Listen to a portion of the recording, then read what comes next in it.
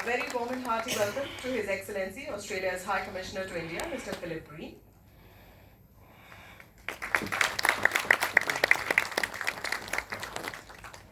We extend a warm welcome to Padma Shri Dr. Shailesh Nayak, Director NIAS, former Secretary, Ministry of Earth Sciences.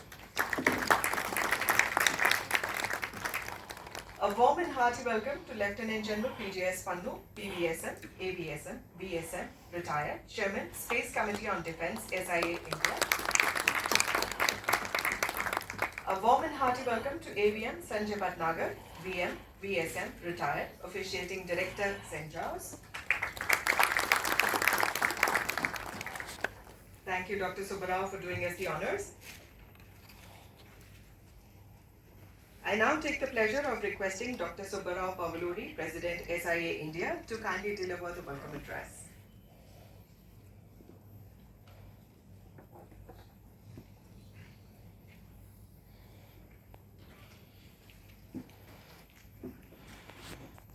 Namaskar, good morning, all of you.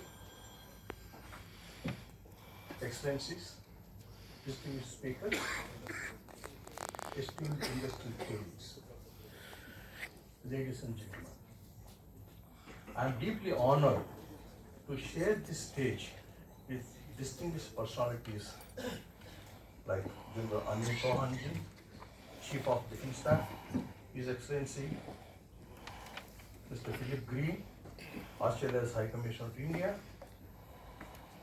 Padma Shri Dr. Shailesh Nayak, Director NIAS and former Secretary Minister of Sciences, UVM Sanjay Bhatnagar, Director St. George, and Lieutenant General PJS Pannu, Chairman Space Committee on Defence for SIA India, and I extend a warm welcome to all of you, sir. And we've been talking about this DEFSAT for a while, and I'm sure that all of you remember that we conducted DEFSAT 2023 last year in the same premises here, and it was a roaring success in the sense that how to bring in the space technology for the defense usage.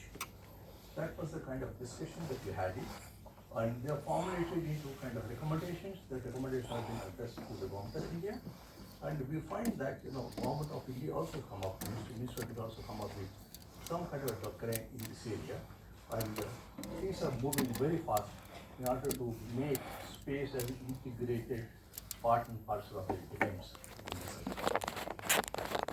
And similarly, 2024, we are going to address similar activities and very more operationalization of this to happen.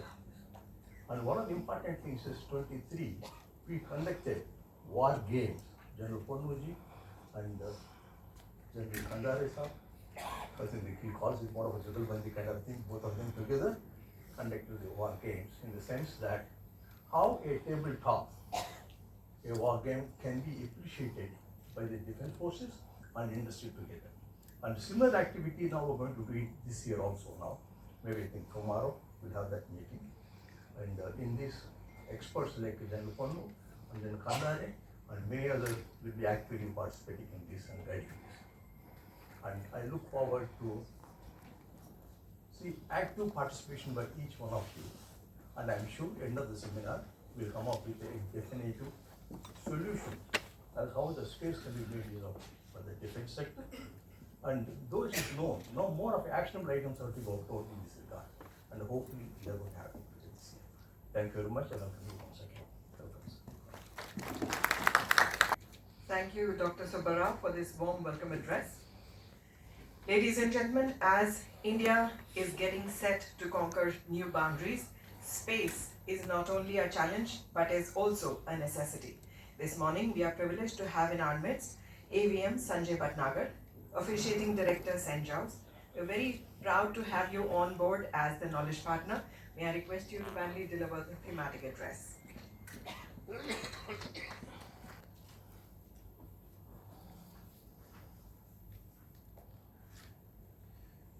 General Anil Chauhan, PVSM, USM, UISM, AVSM, SM, BSM, Chief of Defence Staff, His Excellency Mr. Philip Green, Australian High Commissioner to India, Padma Shri Shri Dr. Shailesh Nayak, Director NIS, former Secretary, Ministry of Earth Sciences, Dr. Neeraj Mittal, Chairman DCC and Secretary Telecom, Dr. Subbarao Pavluri, President Satcom Industry Association India, Mr. Anil Prakash, Director General, and other members of the SIA India, General Pannu on DES, our valued partners, the top industry executives here in presence, members of the fellow think tanks, esteemed veterans, serving officers from the Indian Armed Forces, members of the CAPF, members from the media, our friends from the friendly foreign countries all present here, also our colleagues and friends who have joined us on the virtual platform.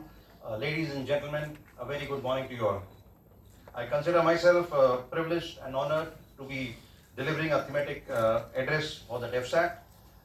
Most grateful for the 3DS and other senior dignitaries for sparing their valuable time despite commitments to share their inputs, thoughts and ideas on an issue of such major significance for the Indian Armed Forces and all the stakeholders in the Indian space ecosystem.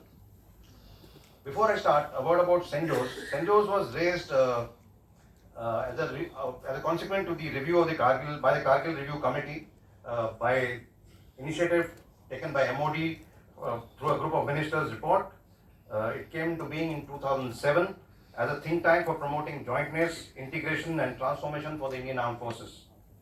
One of the charter of CENJOS is to facilitate free dialogue and discussion on all issues that have bearing on joint warfare and on formulation of independent policy options.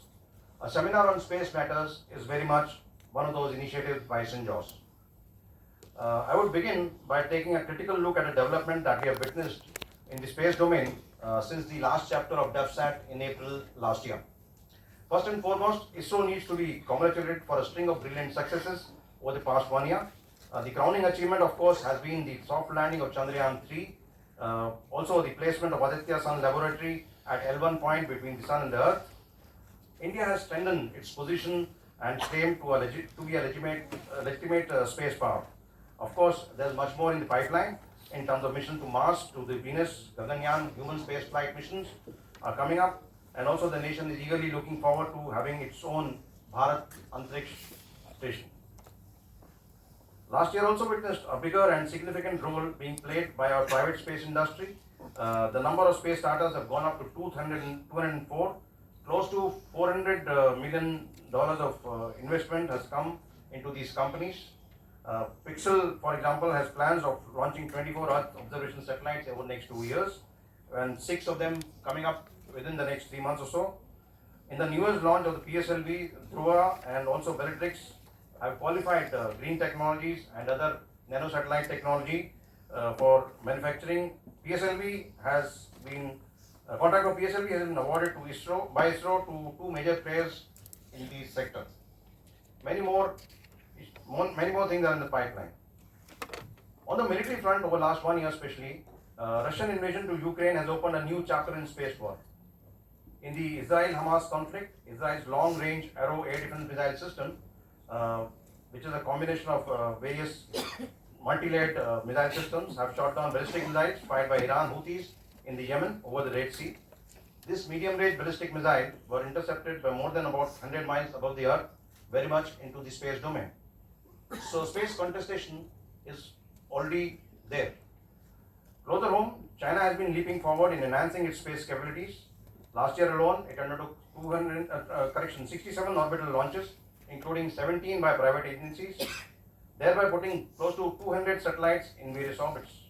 Prior to that, also on an average, especially last 3 years, it has taken about 50 to 60 launches on an average per year.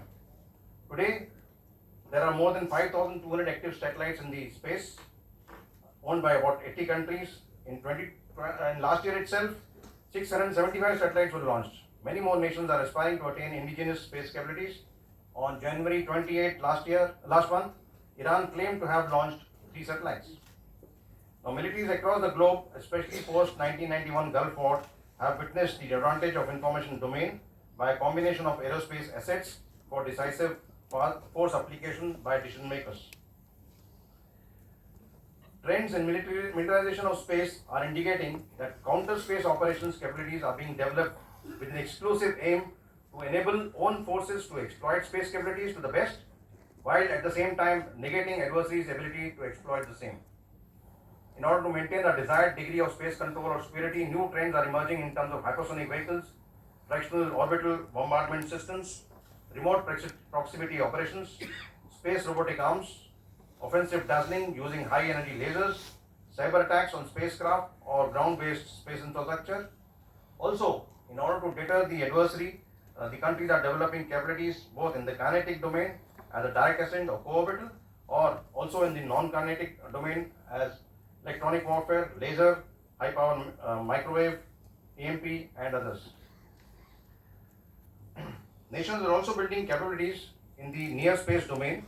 HAPS, drones, swarms and other countermeasures are just a part of some of these few examples. Now, Indian space program is expanding and the military space utilization needs to mature alongside. That is a great amount of satisfaction, and further progress that is being tracked is through the 75 defense challenges that the three armed forces and DSA has launched. Now, Indian armed forces are making a transition from dependence on dual-use technology to having dedicated defense satellites.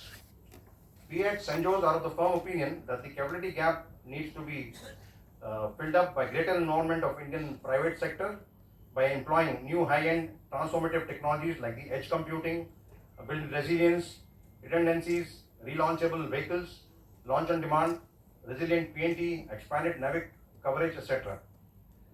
Also, there is a requirement to have a better SSA and space surveillance with the collaboration with other friendly countries and lots more.